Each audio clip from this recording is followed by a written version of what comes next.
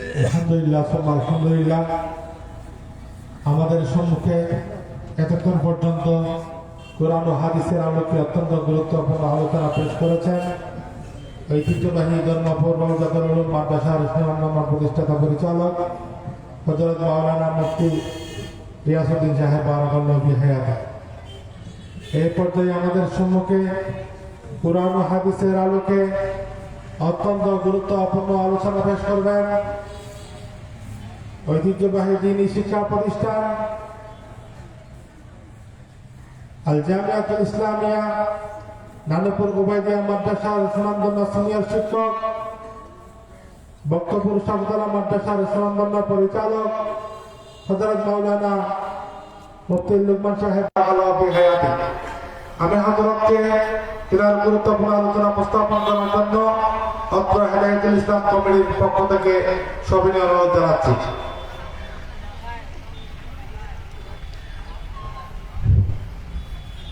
আসসালামু আলাইকুম ওয়া রাহমাতুল্লাহি ওয়া বারাকাতুহু।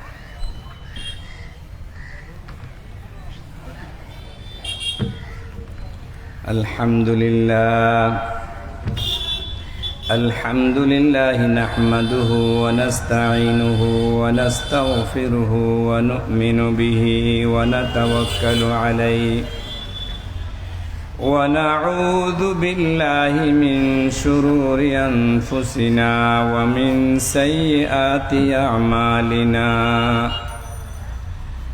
من يهده الله فلا مضل له ومن يضلله فلا هادي له ونشهد أن لا إله إلا الله ونشهد أن سيدنا وسندنا وحبيبنا ومولانا محمدا عبده ورسوله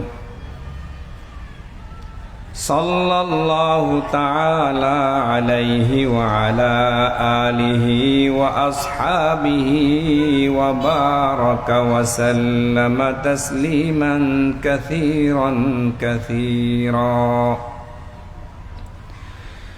أما بعد فأعوذ بالله من الشيطان الرجيم. بسم الله الرحمن الرحيم. يا أيها الذين آمنوا اتقوا الله وكونوا مع الصادقين. وقال النبي صلى الله عليه وسلم التاجر الصدوق الأمين مع النبيين والصديقين والشهداء. وقال النبي صلى الله عليه وسلم إن التجار يبعثون يوم القيامة فجارا إلا من اتقى وبر وصدق أو كما قال النبي عليه الصلاة والسلام. سبحانك لا علم لنا إلا ما علمتنا إنك أنت العليم الحكيم. ঐতিহ্যবাহী দ্বীনি সংগঠন দক্ষিণ ফটিকছড়ির আজাদি বাজার হেদায়েতুল ইসলাম কমিটির ৪২তম বার্ষিক ইসলামী সম্মেলনের দ্বিতীয় দিনের প্রথম অধিবেশনের মুহতারাম সদরে এজলাস, দূর দূরান্ত থেকে আগত হযরাতে মুসল্লিয়ানে কেরাম, মুরব্বিয়ানে এজাম, আজিজ তলাবা, চতুর্দিকের পর্দার আড়ালের মহতরমা মা ও বোনেরা, মহান আল্লাহ পাক সুবহানাহু ওয়া তাআলার অনাদি অনন্ত শুকরিয়া। আল্লাহ পাক দয়া করে, মায়া করে, মেহেরবানি করে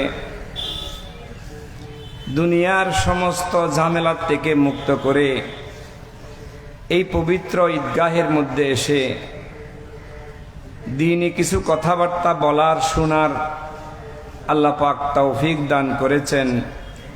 এজন্য মহান রব্বুল আলামিনের দরবারে অন্তরের অন্তঃস্থল থেকে কালিমাতুশ শুকর আদায় করি আলহামদুলিল্লাহ।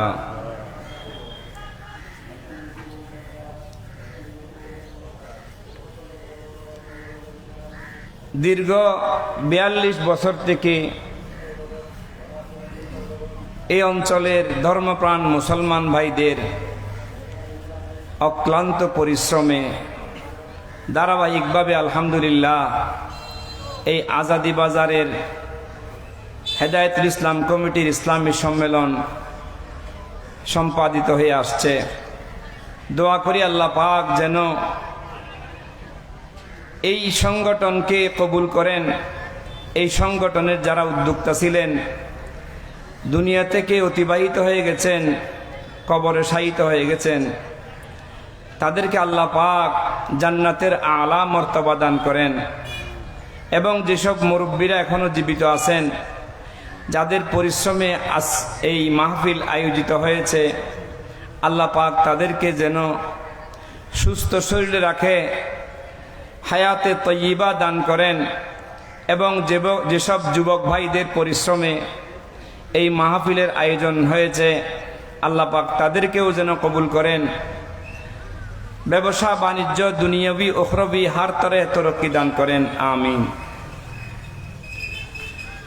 বাজারের মাহফিল, এখানে বেশিরভাগ মানুষই ব্যবসা বাণিজ্যের সাথে জড়িত।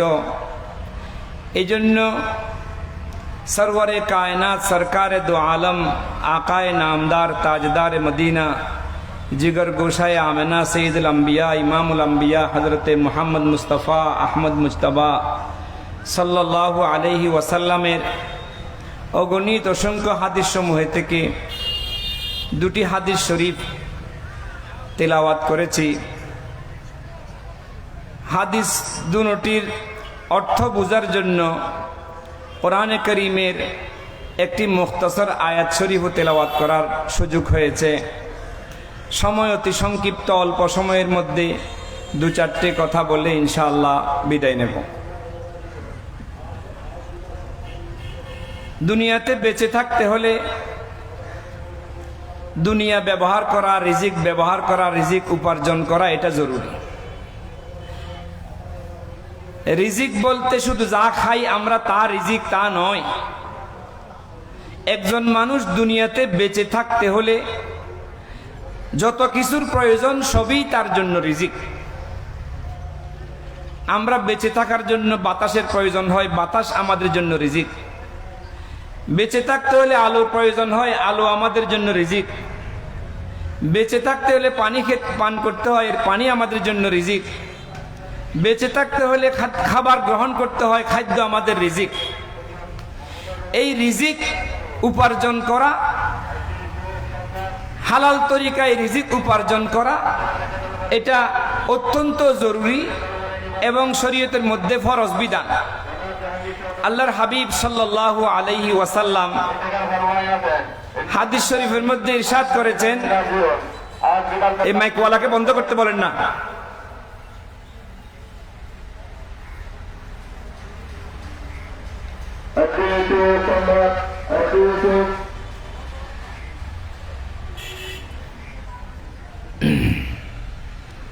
হালাল রিজিক উপার্জন করা প্রত্যেক মুসলমানের জন্য ফরজ।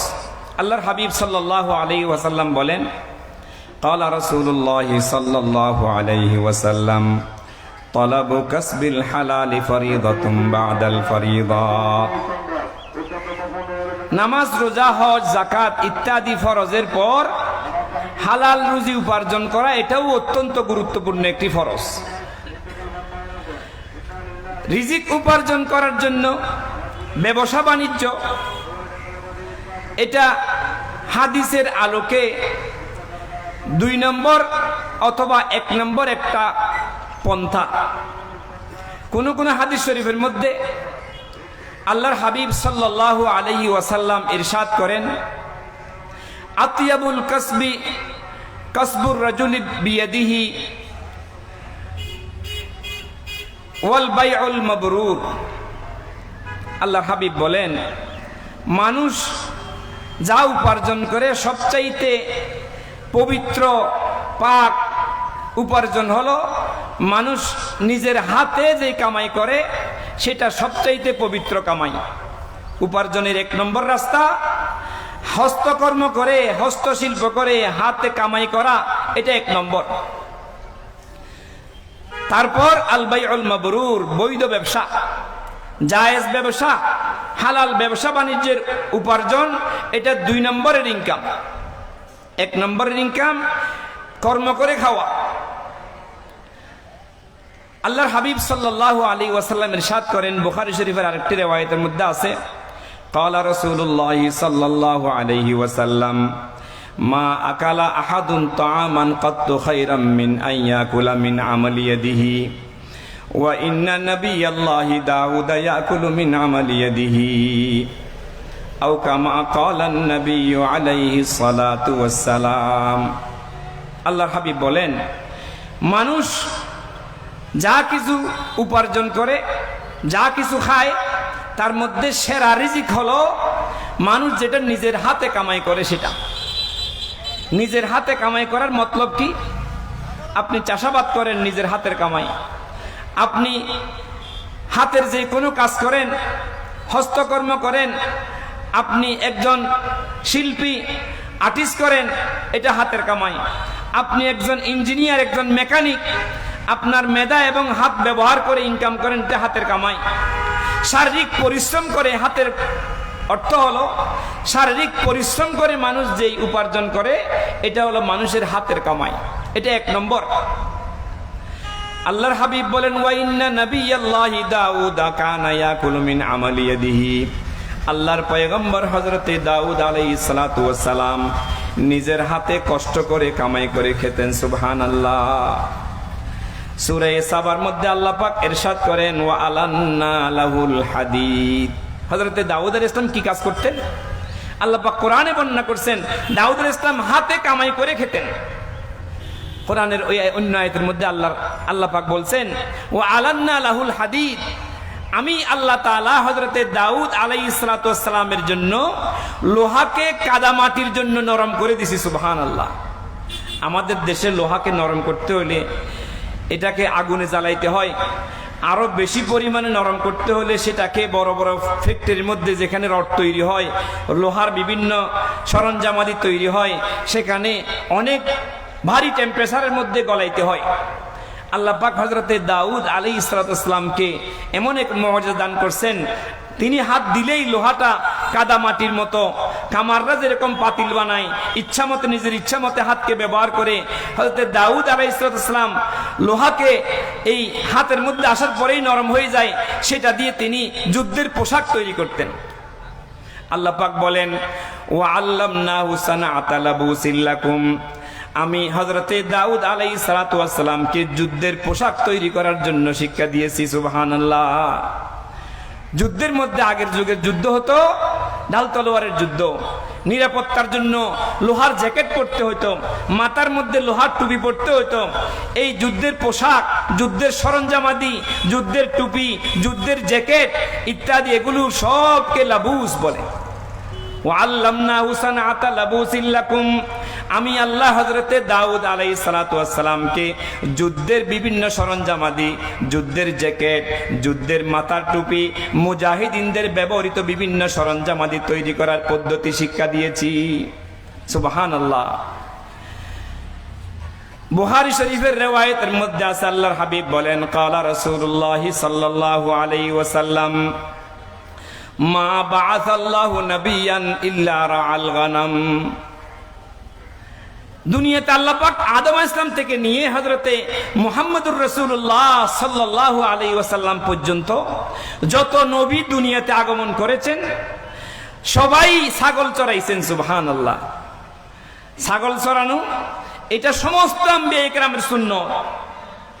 আল্লাহর হাবিব বলেন, মা বাআসাল্লাহু নাবিয়ান ইল্লা রাআল গানাম।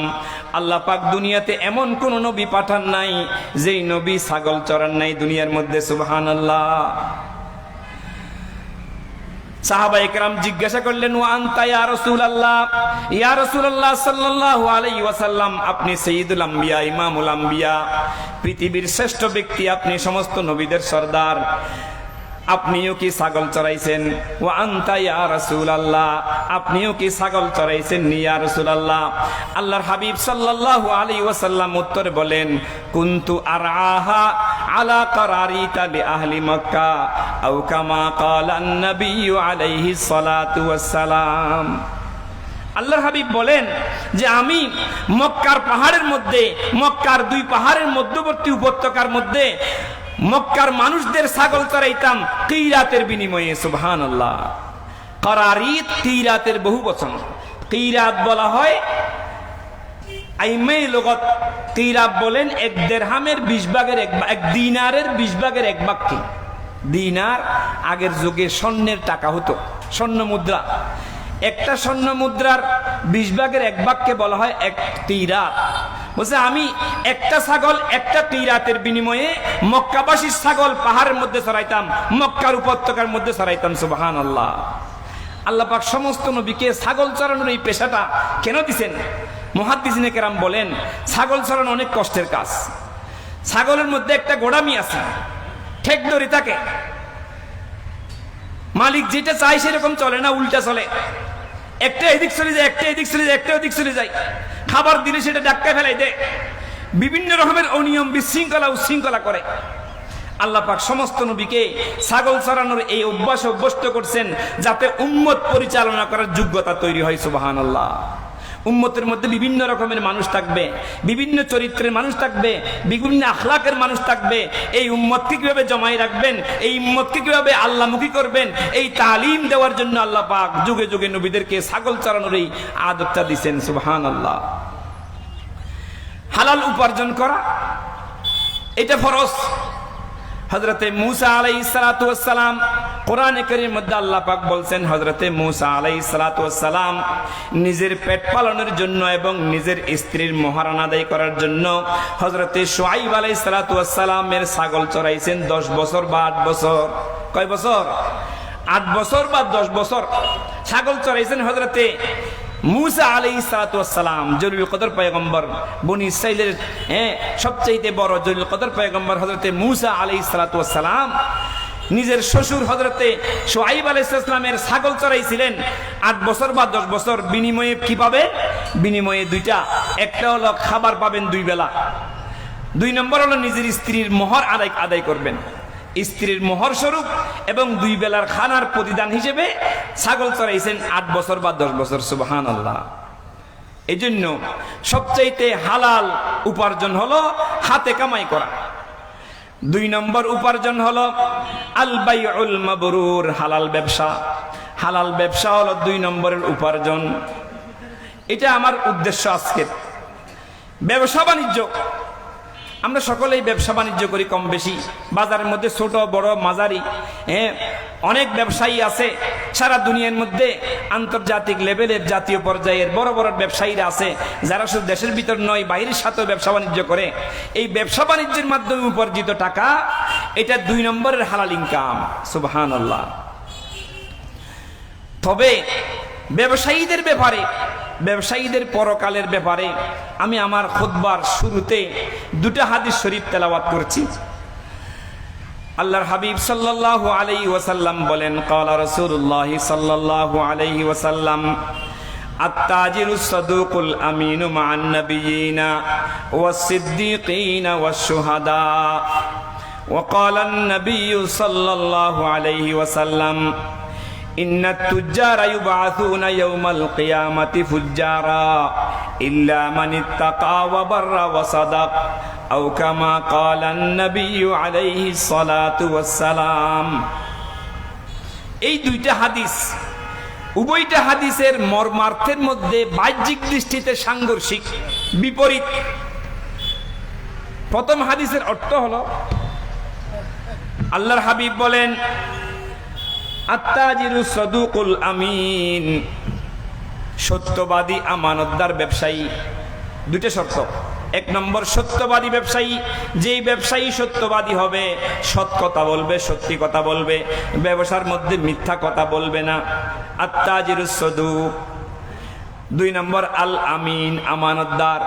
আমানতদার ব্যবসায়ী যিনি 2 নম্বরকে 1 নম্বর করে চালায় না, 1 নম্বর মাল বলে 2 নম্বর ঢুকাই দেয় না, মালের মধ্যে মিক্স করে না, মিথ্যা কথা বলে না, সততা অবলম্বন করে। সত্যবাদী ব্যবসায়ী, আমানতদার ব্যবসায়ীদের পরিণাম হবে পরকালে মা'আন নাবিয়িনা ওয়াস সিদ্দীকিনা ওয়াস শুহাদা। এই 2 শর্ত যেই ব্যবসায়ীর মধ্যে পাওয়া যাবে, 1 নম্বর সততা, সত্য কথা বলা। এখন ব্যবসার সাথে তো মিথ্যা কথা এটা একদম এমন ভাবে জড়িয়ে গেছে, অনিচ্ছাকৃত মিথ্যা বলি ফেলে আমরা। এজন্য আল্লাহর হাবিব সাল্লাল্লাহু আলাইহি ওয়াসাল্লাম বলেন, ইন্নাশ শাইতানা ওয়াল ইথমা ইয়াহযুরানিত বাইআ ফাশাউবিবুহুমা বিসসাদাকা। আল্লাহর হাবিব বলেন, ও দুনিয়ার ব্যবসায়ীরা, ব্যবসা প্রতিষ্ঠানের মধ্যে ব্যবসায়ীদের ব্যবসায়ীর দোকানের মধ্যে গুনাহ এবং শয়তান দুটাই উপস্থিত থাকে। ইন্নাশ শাইতানা ওয়াল ইসমা, শয়তান উপস্থিত থাকে। শয়তান আমাদের কুমন্ত্রণা দেয় যে একটু মিথ্যা কথা বল, একটা মিথ্যা কসম খা। প্রয়োজন না হলেও মিথ্যা কসম করি আমরা, বলছি মিথ্যা কথা বলতেছি না, সত্য বলতেছি, কসম করে বলছি এটা এত কিনা। মিথ্যা বলে দিল একটা, কিনে 10 টাকা, বলছে ভাই এটা আমার 15 টাকা কিনা, তোমার থেকে লাভ করবো না, কিনে ধরে দিয়ে দিচ্ছি, 15 টাকা নাও। বলে কি বলে না? বলে, মিথ্যা কথা বলে। 1 নম্বর সত্যবাদিতা, সততা।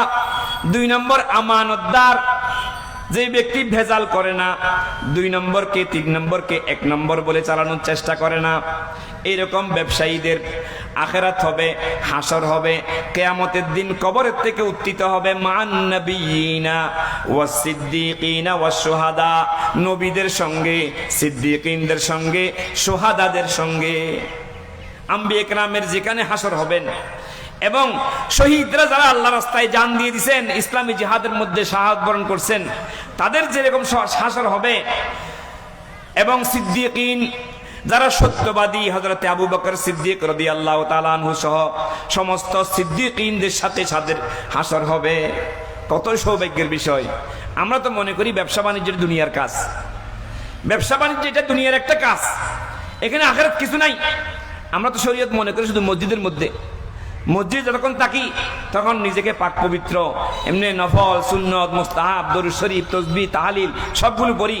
মসজিদ থেকে যখন বাইরেছি, আমার ইসলাম মসজিদের ভিতরে রয়ে গেছে, এখন 2 নম্বরই করতেছি, সুদ খাইতেছি, ঘুষ খাইতেছি, মিথ্যা কথা বলতেছি, আরেকজনের সীমানা টেলতেছি, কাজ কাটার সময় আইল কাটতেছি, যত 2 নম্বরই সব করতেছি।